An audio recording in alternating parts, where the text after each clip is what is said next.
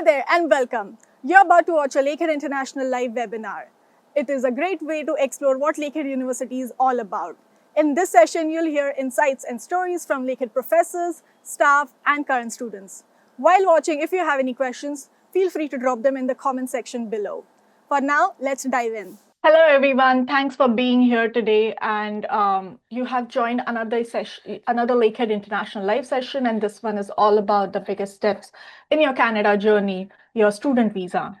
My name is Hardika Narayankar, and I'm part of the international team here at Lakehead, based in Thunder Bay. I am joined today by a few of our international student services advisors who are going to share their expertise with you. So let's start with introductions. Thanks, Hardika. Hi, all. My name is Chintu Thompson. I am one of your international student advisors here at the Lakehead University Thunder Bay campus. I'm also a regulated Canadian immigration consultant, which means I'm authorized and licensed to provide advice and support to anyone who is interested in coming to Canada. Thanks for joining us today, and I hope to see you on campus soon. I'll pass it to Sarah for introduction. Thanks, Chintu. Welcome, everyone. So glad you could join us today. My name is Sarah Melvin. I am also one of your international student advisors, and similar to Chintu, I'm a RISIA, so that's a regulated international student immigration advisor. I am also located on the Thunder Bay campus. I look forward to sharing some important information for you and hopefully answering a lot of your questions. So welcome again, and I'll pass it back to Hardika. Thank you to both of you. So just to recap, Jintu and Sarah are licensed immigration advisors, which means that they are here to guide you through the official steps of visa process. That's one of the many supports that are available to international students at Lakehead. So with that, let's begin. So here's a quick look of what we'll be covering today. So what exactly is a Canadian study permit and when you should apply? What will be the next steps in your admission status and how Lakehead affects when you can start. Also, what documents you'll need for your application, including any kind of biometrics, medical exams. What happens if you're going to be doing co-op or if you plan to work while you're studying. Any kind of processing times, plus what to do if you're bringing in family members with you. So there's a lot to cover, definitely. So let's just dive in and start with the basics. What is a study permit? A study permit is an official document from the Canadian government that gives you the permission to study at a designated learning institution like Lakehead University. Most international students need one before traveling to Canada. You apply for it, you get approved, and then you're cleared to begin your studies right here. Now, one of the questions that we usually get is when should you actually start the application? So once your application is reviewed by Lakehead and you meet the requirements, you'll see that the status updated to is updated to admitted. That can either mean admitted unconditional, so you have met all requirements and your offer is final. Then comes the admitted conditional, which is you have been accepted, but then you still need to meet certain conditions like final transcripts, any kind of English test results, or finishing your current program. Here's the key point. So whether conditional or unconditional, both will allow you to start your study permit application. So these are the terminologies that will be there on your application, Lakehead application. So now if your status says incomplete or pending review, you're not there yet to apply. So incomplete means that something is missing from your application file and you'll need to submit the documents that are requested. Pending review means admissions has everything that they need, but they haven't made a decision yet. And until that changes, you cannot move forward with your study permit application. Now, if unfortunately your application is marked refused, that means that you won't be able to apply for study permit with Lakehead. But you do not have to panic at that moment. Sometimes refusals are also based on missing documents or any kind of eligibility issues that you can fix. So if that's the case, you might want to be able to reapply. So always connect with your admissions team to see what your options are. Now, let's talk about what kind of documents you're going to be needing for your study permit application. So in most cases, you'll need a valid passport, your official letter of acceptance from Lakehead, any kind of proof of financial support to show that you can cover your tuitions and your living expenses here in Canada. The provincial attestation letter, which is PAL, which is if it's required. Any supporting documents specific to your own country. Also, depending on your case, you may also need biometrics, which is fingerprints and your photo, and medical exam, especially if you're from a designated country or program that requires it. For graduate applicants, it's the same principle. So if your application is still in review or has been refused, it's not the right time yet. So you can only apply for your study permit once you have been officially admitted to Lakehead. And just like undergraduates, graduate students will also need the provincial attestation letter, which is PAL, to move forward. So now Jintu will be taking over for this slide. Thank you, Hardiga. So if you're already in Canada, there's a few things you have to remember. If you are a student in Canada, you're studying at another institution in Canada, whether it's in Ontario or any other province, in order for you to study here at Lakehead, you need to apply for a new study permit inside of Canada. Because you're applying for an application or study permit inside of Canada, we usually term it as study permit extension. It's basically the same application as a study permit extension, but because you've been studying at another institution, you'll be marking as you're starting at a new DLI. There will be a question in the document checklist or in the application portal. So make sure you answer that correctly, and then you will need to submit that new study permit application. You must have the study permit approved before you can start your studies at Lakehead. It's really important you plan this ahead of time and then apply, even if the processing time is only showing 6 weeks or 8 weeks. I wouldn't recommend you wait until the last minute to submit that application. I would recommend you apply way in advance. As soon as you receive the offer letter and PAL from the university, get everything else ready and then submit that study permit application inside of Canada. If you're a visitor in Canada, you need to submit an outside Canada application. You're not eligible to apply for an inside Canada application or an inside Canada study permit application. But I would recommend you leave Canada and apply from your home country or your country of residence, as you will need to complete a passport stamping outside of Canada, more likely. So it's best you go home, or wherever your home is, like your home country, country residence, and then apply from that place rather than you applying for an outside Canada application from inside of Canada. Because what happens is when you receive that approval notification, you will also receive a passport request. You need to exit Canada and then go to a country other than the States, more likely your own home country, and then return to Canada and then obtain that study permit upon arrival in Canada. So it's a larger process in that sense. So I would recommend you go home and then apply for an application, a study permit application outside of Canada. If you're a worker in Canada, you definitely need to apply for a study permit unless you're exempted based on the temporary public policy that's currently in place. If you're not one of those workers who got that exception, you will definitely need to apply for a study permit. It will be a new study permit application inside of Canada. But if your work permit is expiring now and then you apply for a study permit, keep in mind that you will not have a maintained status because you're moving from your worker status to a new status. So you would not have the maintained status, which means if your work permit expires while your study permit application is in progress, you're not eligible to work. You need to stop working and wait until your study permit gets approved. So those are the key points you have to keep in mind for this slide, and I'll pass it back to Hadia. Thank you so much, Jintu, for that. You have actually given us a good summary of what to do for people already in Canada. So let's just move on to the next slide, which is for our provincial attestation letter, which is called PALs. So how to get a PAL. So let's just break down what PAL actually is and how you get it.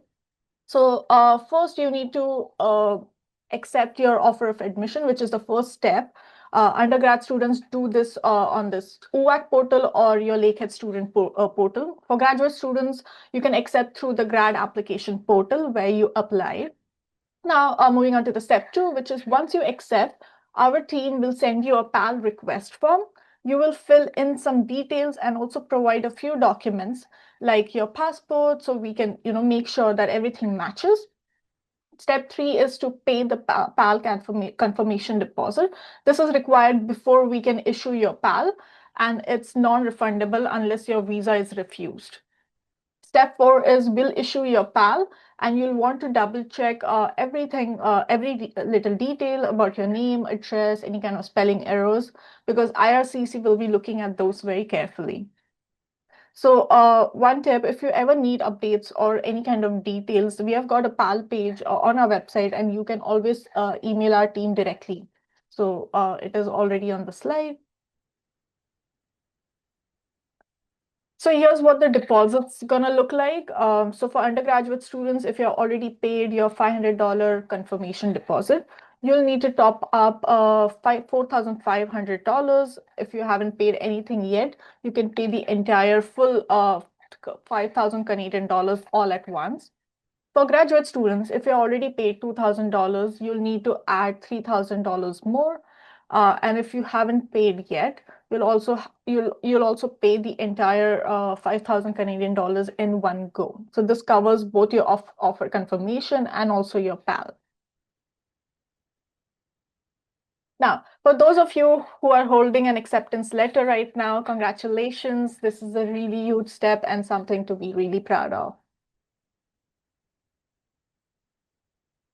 Now let's do a quick poll. We just want to know what level of study you're pursuing, undergrad, grad, bachelor's, English as a second language, or if it's not applicable to you, you can even fill that out. Let me just open up, launch the poll for all of us. Yeah. Please take a few seconds to just select your options on screen. I'll just wait for a moment.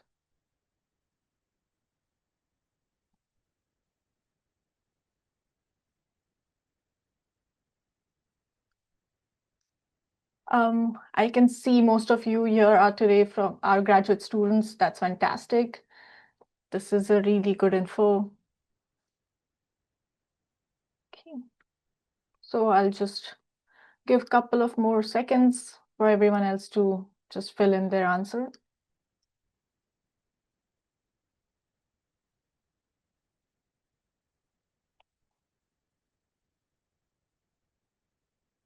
Okay, then I will be ending the poll right now, and I'll be showing it to everyone for the result.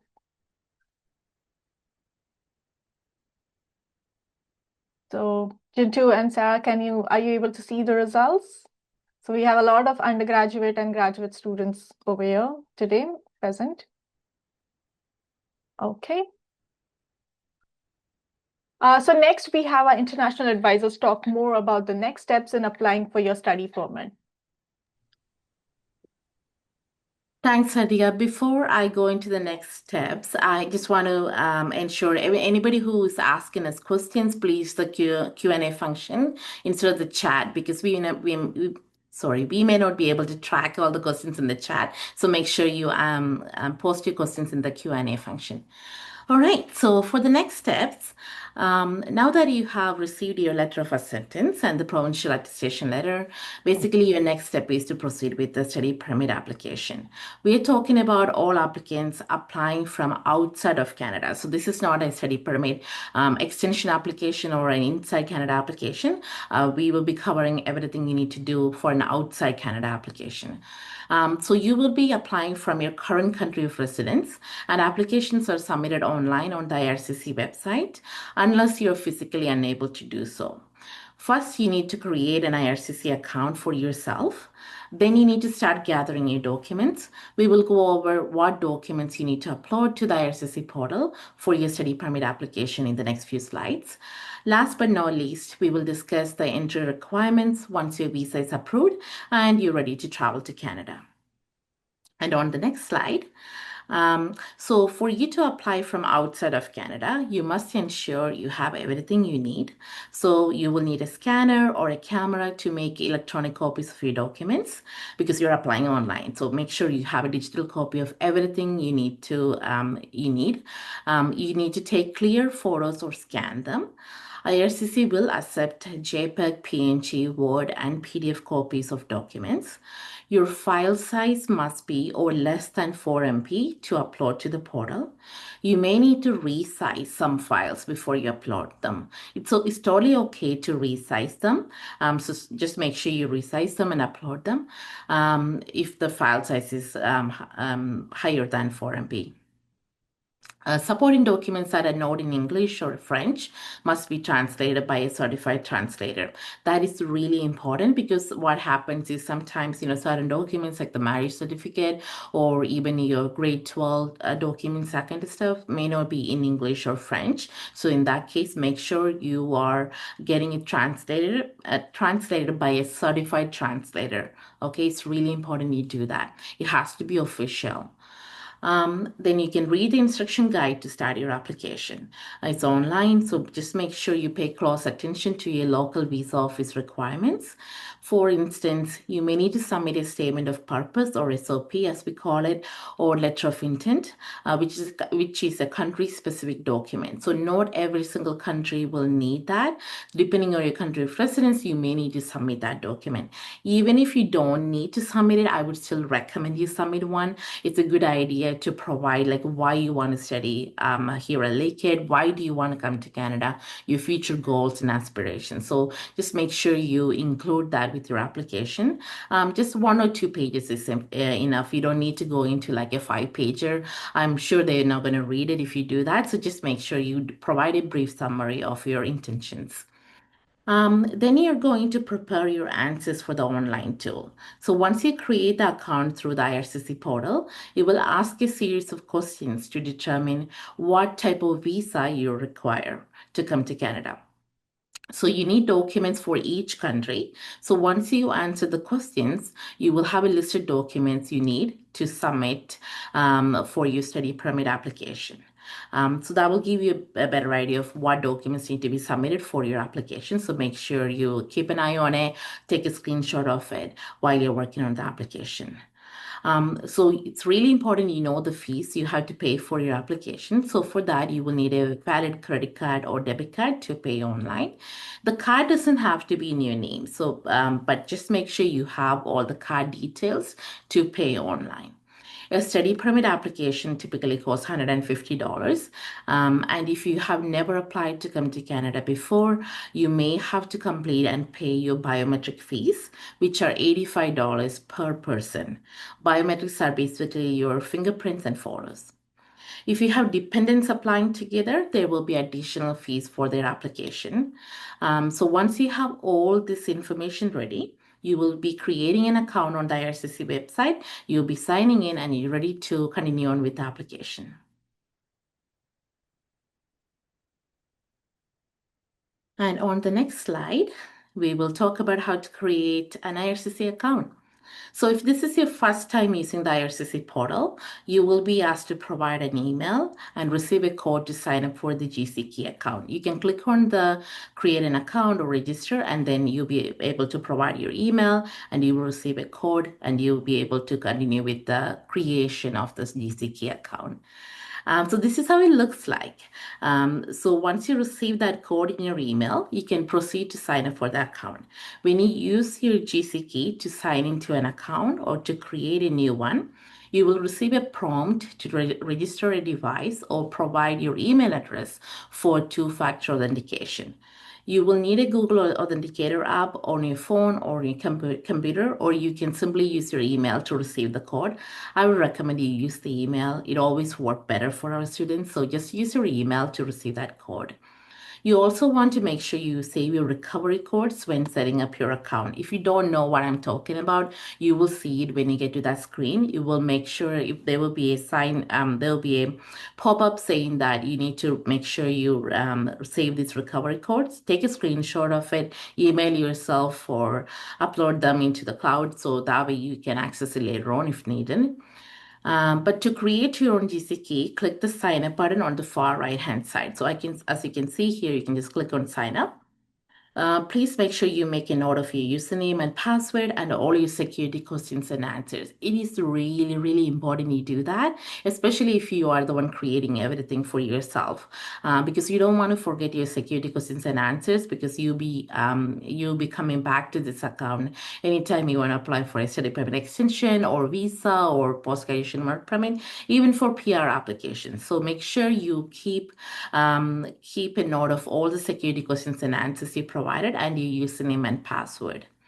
But if you're using an agent, be sure they share this information with you so you can access it on your own later. Most of the time, the agents or the consultants, they use their own portal, so you may not be able to have access to this, which is totally okay.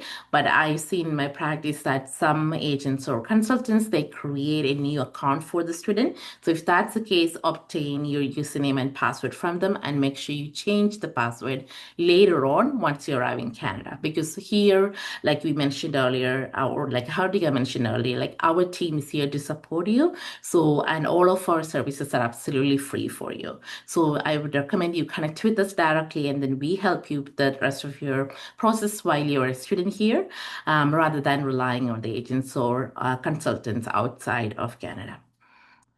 So in short, because this is the account you'll be using to submit your future immigration applications, keep everything safe. You will need to access it later on. And then we will now go over the documents you will need to get started and explain them further in the following few slides.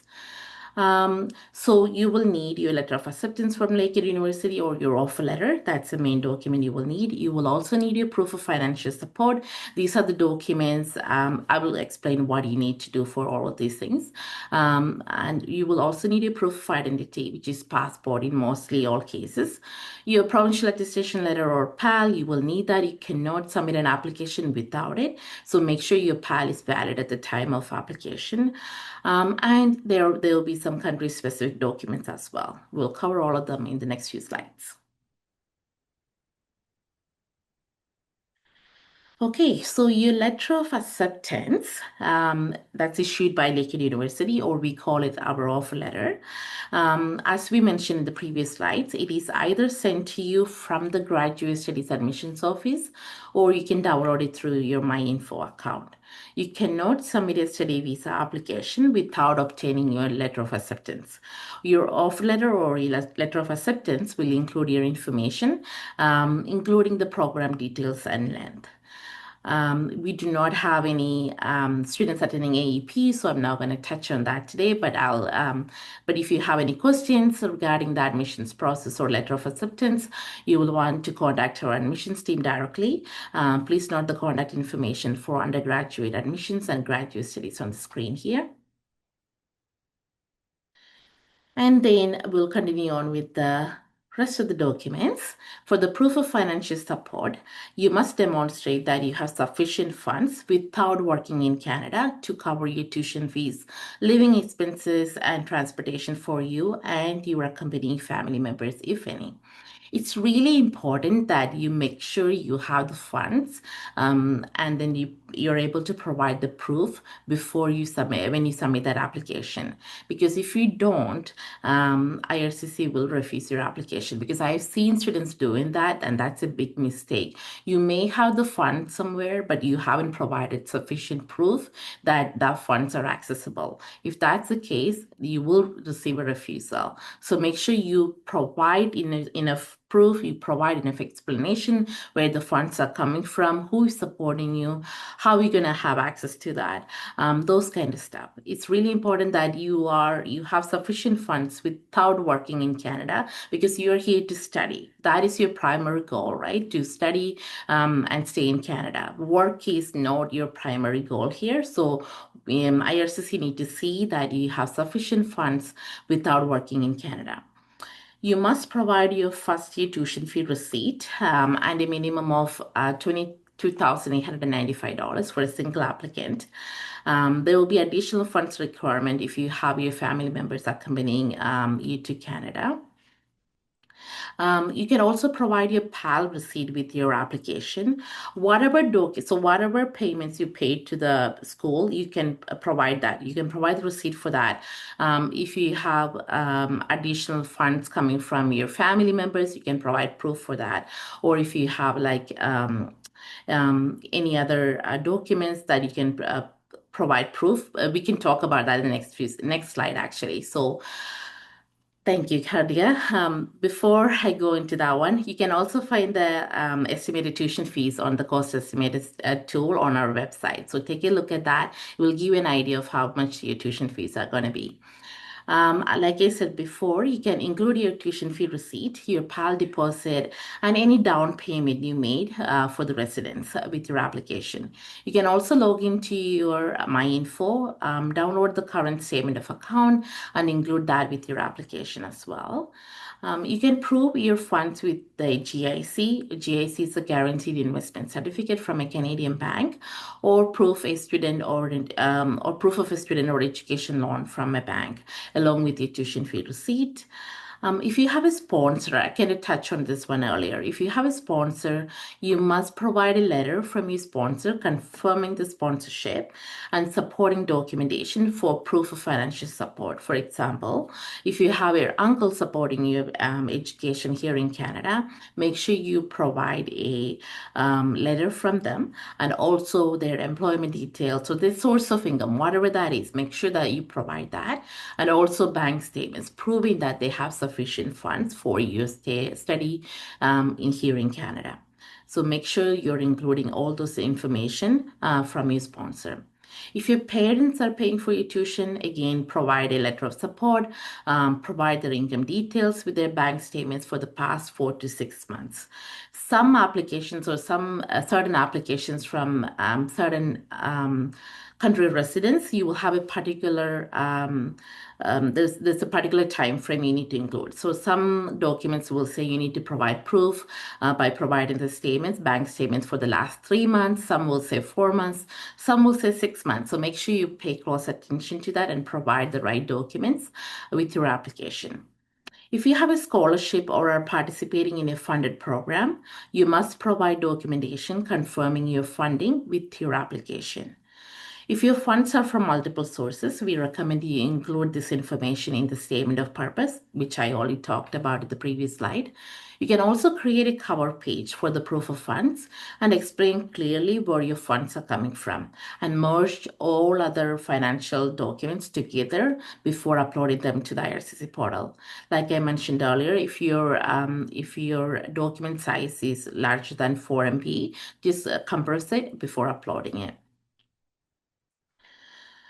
I believe that is it for me for now. I'll pass it to Sarah. Thank you. Thanks, Chintu. Okay, so let's continue on here. So another document that is going to be required for proof of identity, which is likely for everyone, your passport. Please take a look at the expiry date on your passport. You do not want this expiring close to when you're submitting your application. Needs to be valid for at least 6 months, but ideally you want it for a few years, even beyond the completion of your studies. So if you need to renew your passport before you submit your application, please do so. It's important to do this because a study permit or study visa will never be issued beyond the validity of your passport. And so we really do recommend renewing it before your application. So have a look at this before you start and make sure it's not expiring anytime soon. So next slide here, we'll go on to, we touched on this a little bit earlier, but you accept your offer of admission and pay for your confirmation deposit plus your PAL deposit. Complete the PAL request form. This is an email that comes from our international enrollment team. And our PAL team, you will receive a request, and if everything looks good from your end, they will request your PAL from the government and send it to you as soon as they receive it. This part of the process usually takes around a week. You will submit your PAL, so your provincial attestation letter, and your acceptance letter together as part of your study permit application. This is really important. You will need both So make sure that you request that in advance to submit along with your application. So next, a little bit about country-specific documents. So Jintu mentioned this earlier. Applications outside of Canada are assessed by the visa offices, and so each country has their own requirements in addition to the documents that we are talking about during this presentation. As Jintu said, there are slight differences in every country, and so it's really important to download your country-specific guide. On the IRCC website, you can find the application package that is specific to your country. I put this link in the chat a little bit earlier. From the drop-down menu, you'll select where you're applying from outside of Canada, and then select your country of residence. After this, you'll get a document similar to what you see on the screen here. You'll have the document checklist and the visa instruction guide, which can be downloaded, and you can use this as your guide for submitting your application. So next, with your study permit application, if you're from a visa required country, you will get your temporary resident visa. So that's the counterfoil sticker in your passport. You will receive a passport request, sometimes they also call it a PPR, to submit your passport for visa stamping. So you have 30 days from receiving this letter to submit your passport for stamping. Your visa is your travel document. So this is what you will require to enter Canada. If you're from a visa exempt country, you may need an ETA, so an electronic travel authorization. The ETA is usually valid until the expiry date of your passport. So if IRCC approves your study permit application, they'll issue an ETA. You don't need to apply for this in most cases. This is automatic and will be issued. So a couple different processes depending on if you're from a visa required or visa exempt country, but these are your two entry documents. So next, just briefly on biometrics, IRCC is collecting biometrics. You'll pay the biometric fee with your application, and they will send you a biometric instruction letter. This letter confirms that you will require biometrics. Please ensure that you follow the steps on this letter carefully, and you'll visit the VAT closest to you for collection. And then next, medical exam. So medical exam could also be required and likely will be required. It depends on your country of citizenship and also your program of study. If you're going to study or work in the healthcare field or childcare, we recommend that you complete the medical prior to coming to Canada regardless, and then include this with your study permit application. You'll provide the receipt. The medical goes out directly to IRCC. Medicals can be done in advance if you know it's required. You just need to be sure that the medical is done by an IRCC panel physician, and a list can be found on their website. If you don't apply in advance, you will receive a medical request. Please be sure to follow the instructions on this medical request letter and complete the requirement before the deadline indicated, which again is usually 30 days. So anytime you get these requests, there's usually always a deadline attached to them. So it's really important to pay attention when you have an application pending for these requests and do so in a timely manner. Okay, a little bit about co-ops today. So co-ops are work integrated learning that may be part of your degree studies. And for some, it's actually maybe a mandatory component of your program. So co-op positions are approved usually after you complete your first year or first 2 semesters, depending on your specific program. And so you can't always apply for a co-op along with your study permit initially. If you can do so, you can indicate that you do have a co-op or work integrated learning and highlight that part of the acceptance letter, but likely you'll apply for this after you come to Canada and start your program. Our department will hold workshops on campus and over Zoom to assist any students that need to apply for the co-op work permit. And you can also schedule one-on-one meetings with us and we'll help you get this application submitted. We just want to do it in advance, so please plan ahead. And there's no fee for a co-op work permit, so that's nice. Usually nothing is free these days, but the co-op work permit is a free application. Okay, so let's talk a little bit about working in Canada before and after graduation. So as an international student, if you're registered with the institution full-time and you have the working conditions on your study permit, you'll be able to work part-time while you study. This part-time work can help offset some of the costs associated with your time here, such as rent or food, miscellaneous. Please note this part-time work will not be able to fund your tuition fees as a whole. And so you need to plan accordingly for your finances and have your finances already in place for all of your tuition costs before coming to Canada. This part-time work is to help you gain experience working in Canada and just help to offset those smaller costs. And many of our students, almost all of our students, are working part-time while they're studying because it's a great experience. We do have a career services center that can assist you after you arrive. They can review your resume and your cover letter to make it sure it looks great for what Canadian employers are looking at. They can help you with your job searching, interview prep, and much more. So once you get here, we'll get you connected with that office, and then you can get searching for your part-time job. You can also work on campus, of course. And so you have that option as well. And so the other work in Canada is, of course, after you graduate. So many of our students choose to stay in Canada after graduation, and providing you've met the criteria, you'll be eligible for a postgraduate work permit. So for our undergraduate students, as long as your program is at least 2 years in length, you'll be eligible for a 3-year work permit. For our graduate level students who are master's and PhD, as long as your program is at least 8 months or more in length, you'll be eligible for a 3-year work permit.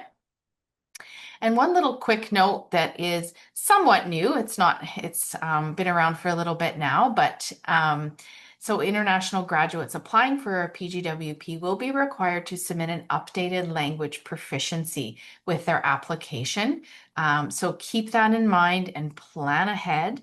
And rest assured, our department will help guide you through all of these processes. We host PGWP workshops so you can plan ahead and know what to expect when the time comes.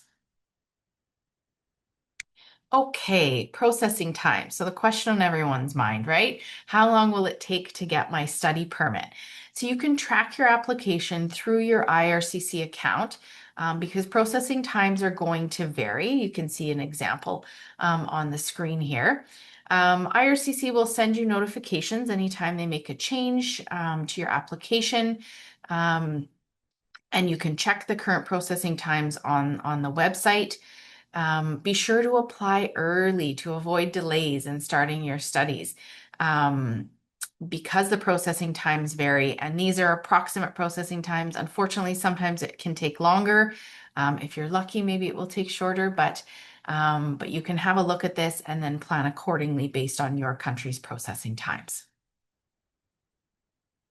Okay, so application decision.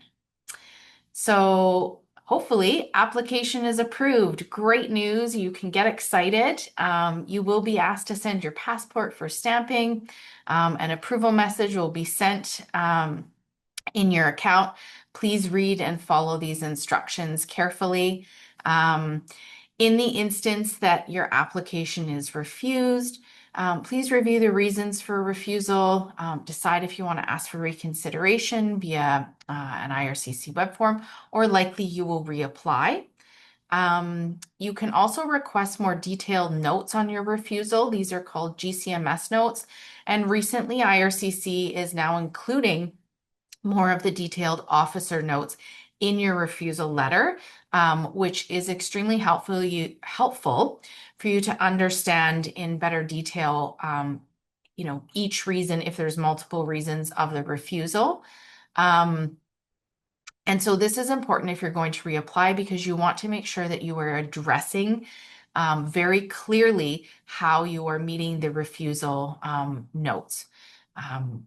If you had registered for any courses at Lakehead, if you were sort of at that point when you got the refusal letter, please just make sure that you drop these courses before the deadline to ensure that you get a full tuition refund if you will not be able to attend that term, and then you can apply for a refund if applicable. Okay. So we wanted to touch a little bit on dependents today as well. Some of our students may wish to bring their spouses or children to Canada with them. So when referring to if you're bringing your spouse, referring to spousal open work permits, so as per IRCC policy, only students in master's or PhD program will be able to apply for their spouses to have an open work permit. Of course, this is providing that you meet all the necessary criteria. If you are an undergraduate program, the spousal open work permit is likely no longer available to you. However, there are some limited program options where it might be, and so it's important to check that list on the IRCC website. You can apply to have your children come to Canada with you, either as a visitor or if they're of school age, you can apply for a study permit for them. And you can include your family members with you in your original application to come to Canada, to come as a family to Canada. But you can also invite them after you are in Canada. So maybe you want to come here and get settled first and then submit their applications afterwards, and that's perfectly fine as well. So I think that's it for me, and I will pass it back to Hartika. Thank you so much, Jintu and Sarah. That was really great info. And now we'd like to hear from you again. So I will be launching yet another poll just to determine what are your extended plans upon graduation. So let me just do that. 1 second. Yeah. So if you could just take a few moments to just answer, just click on some of the options on the poll, that would be great.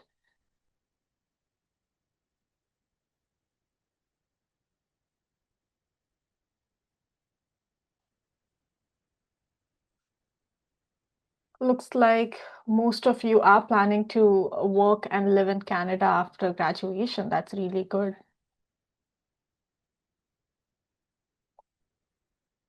I will just give a few more seconds for everyone else to answer, and then I'll be ending the poll.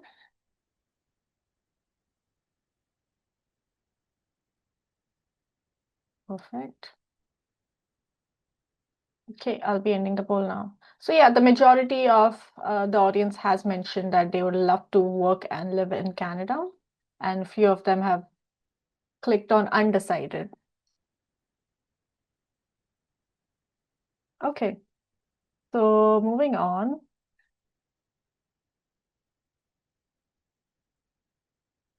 So that wraps up the presentation part. Let's just shift our focus into Q&A.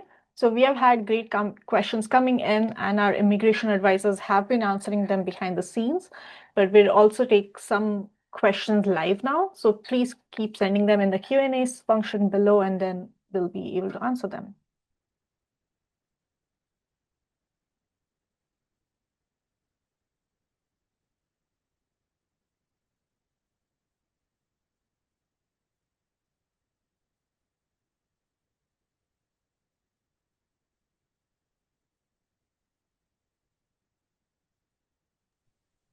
While we are waiting, I just want to mention that we share a lot of links in the chat. So take a look at that, open it and bookmark it so that way you can access them later after this webinar. All those are like important links that you need to know before you apply for your study permit. And in the processing times, the panel physician links are there as well. Thank you for that, Jintu. So while we are waiting, Jintu and Sarah, do you get any kind of common questions that you would like to just, mention in this session, just so that, all the audience knows it? Any kind of common questions that students asked? Yeah, I believe we covered almost all of them in the slides and explained them properly so far. But the biggest thing is the questions about the proof of funds, because that's one of the biggest thing when you apply for your study permit, right? Like I mentioned, IRCC want to see that you have sufficient funds for your stay and study in Canada without working. Even if you have your family, for example, you bring in your spouse with you, they here, they have an open work permit, they will be working, that kind of stuff. But that is in the future, right? They want to see that you have sufficient funds in your account when you apply for the application, when you apply for the study permit. And then you also need to maintain that funds in your account when you arrive in Canada, because CBSA could ask you to cross-check all this information. So make sure you have enough funds, have everything ready. Please do not make up information, or please do not show like funds that you do not have, because you're going to struggle later on, right? Or there will be some issues that are going to happen with IRCC later on. I know we all want to get the study visa. We all want you to get the successful application. We all want to see you here. But at the same time, to make your life a little bit not stressful, I will recommend you get the sources right, for your proof of funds. If somebody is sponsoring you, provide those documents. If your parents are paying for it, provide those documents. Like have everything ready, and then provide an explanation with your application. That all these steps will definitely help you to strengthen your application. So I would recommend you pay close attention to all those things when you apply for your study permit. Yeah, and Jintu, just to add to that, a question came through in the Q&A. They have a fully funded government scholarship in addition to a partial scholarship from Lakehead. And they're asking about providing, I'm assuming providing proof. So as Jintu mentioned, anytime you're stating that you have funds coming from somewhere, so if that's a government funded scholarship, and then you have, a Lakehead scholarship, and then additionally, you have, let's say your own bank account or your parents' bank account, you need to show proof of everything. And when you have multiple sources, we recommend that you have a brief cover letter that outlines what you are including. So government funded scholarship amount, Lakehead scholarship amount, the parents' bank account, and then the following documents have to be proof. So if you have a government funded scholarship, you would have to provide some sort of letter, some sort of official proof that this money will be provided to you.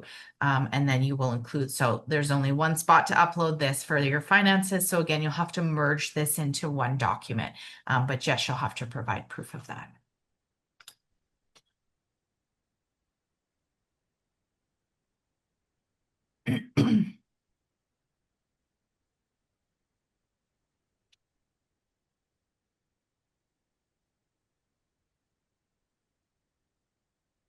There's another question about going to the embassy. So you're applying online, right? So you're applying online through IRCC.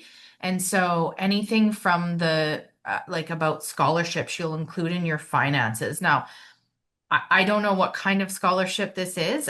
If it's something that you need to go somewhere to get documents or paperwork, you may need to do that. But otherwise, you'll be submitting all of this online through your IRCC account.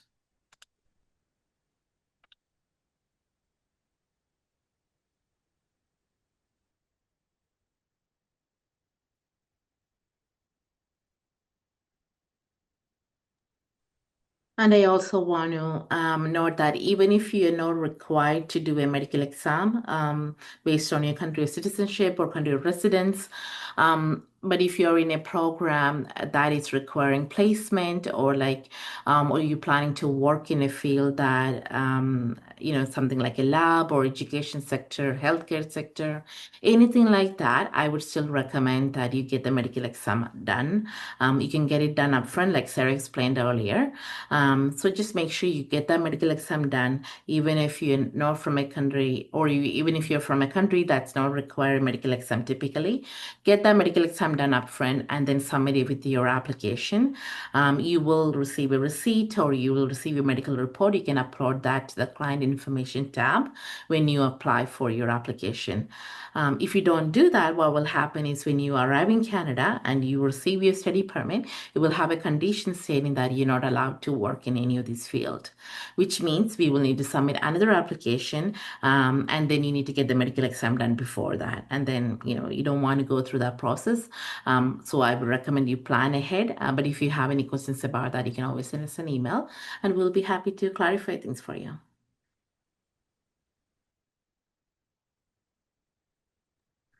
Sometimes we receive questions about the processing times as well.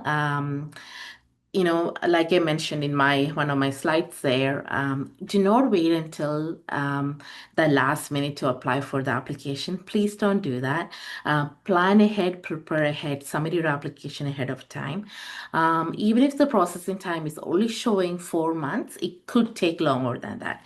Especially if you have families for certain countries, the processing time is much longer than what's being said on the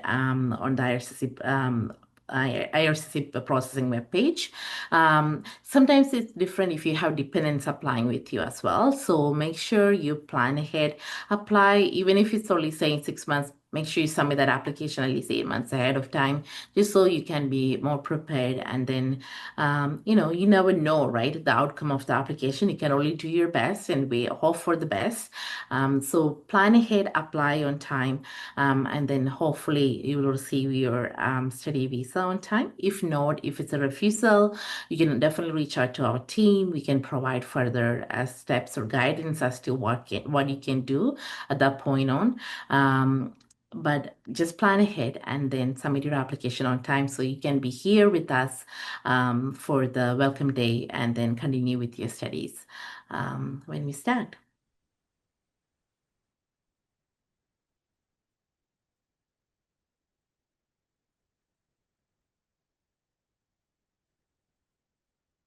Perfect. I think we have answered all of the questions now.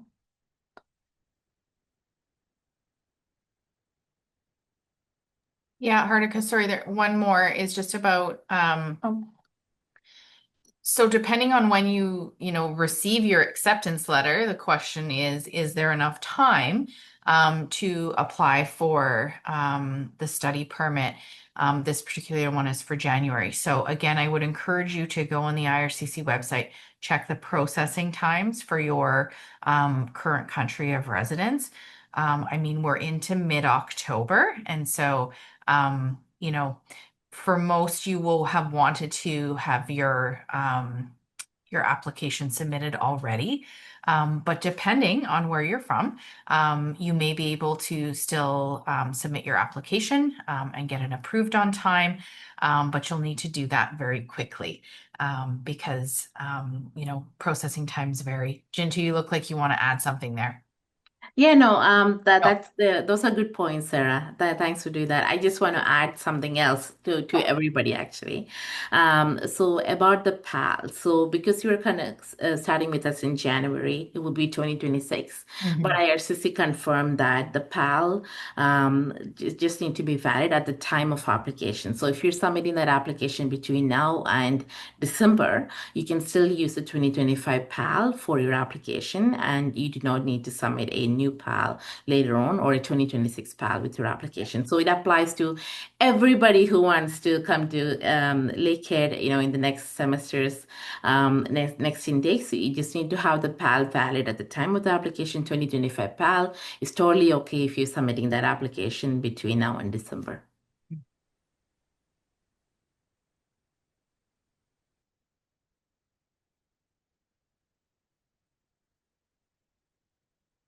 All right. I guess that's the end of our question and answer round. Okay, so I'll just move on to the next slide. So that brings us to the end of today's session. Thank you so much for joining, and a big thank you to our immigration advisors for their guidance. So remember, our international student services team is always here to support you through the entire process, from admission to arrivals and also beyond. So thanks again, everyone. We wish you all the best with your applications, and we hope to see you at Lakehead soon. Bye-bye for now. Thanks for watching. If you have any questions, feel free to drop them in the comment section below. You can connect with us on social media. You can find us at Lakehead International on Facebook, Instagram, and YouTube. We hope to see you in our next live webinar. Bye for now.